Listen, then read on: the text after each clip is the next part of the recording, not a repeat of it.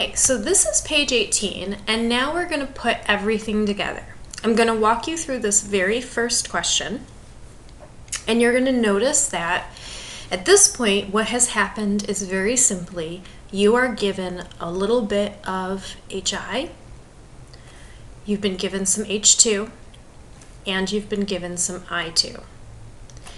Each of those chemicals happens to be one of the chemicals that is in this balanced equation.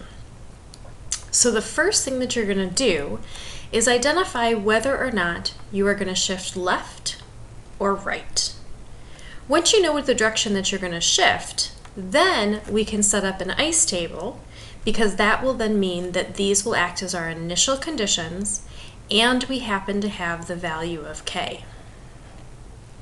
So let's begin. First thing that you're going to need to do is convert grams of HI, grams of H2, and grams of I2 into molarity. Take a moment to do that.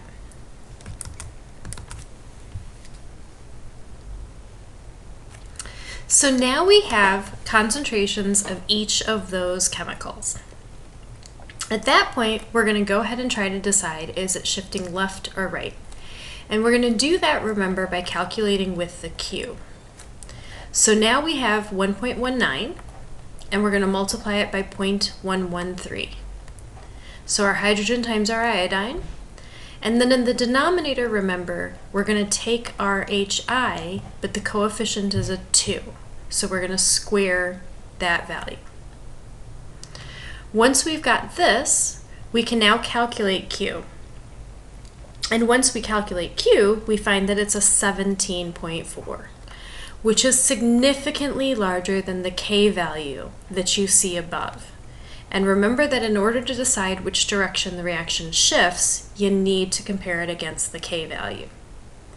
At that point, we also see that this Q value says we have a lot of products. And if we've got lots of products, we definitely need to get rid of them. So the reaction is going to end up shifting to the left. This might be the same as perhaps you had the equilibrium established, and then all of a sudden somebody came in and dumped in a whole bunch of hydrogen. That would also mean that we would shift to the left. So now we're going to take that value and we're going to substitute them into the ICE table. And we can again do that because our ICE table happens to have these initial concentrations, and also because we know the value of K. So now I've set up my ICE table with my molarities to begin with. And since we know that our Q told us that we have way too many products right now, we also know that the reaction is going to shift to the left. As it does that, remember that means that we're going to remove on the right-hand side, and we're going to gain on the left-hand side. And again, make sure that you plug in that coefficient of 2. At that point, you're now going to have values that are substitutable into your equilibrium expression. So we again have our quantities. And again, our quantities are going to be kind of enormous because we actually have quantities for everything this time. But at the same time, we're going to be able to substitute that in and then calculate with our equilibrium constant. There we go. All right. So now our equilibrium constant, remember, is 0.016. Do not use the Q value. Remember that Q is not at equilibrium.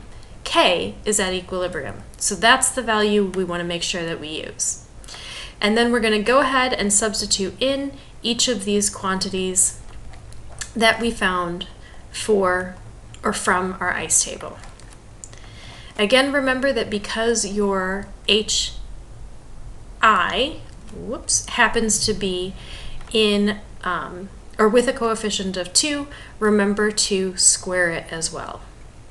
Okay, so for two different reasons, you're getting that 2 in the x multiplied as well as the exponent.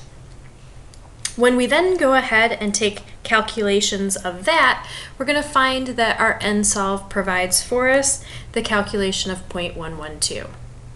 Now we'll go ahead and substitute that back in to each of those. And remember, since each of these initial concentrations happen to be in molarity, our X value is also in molarity.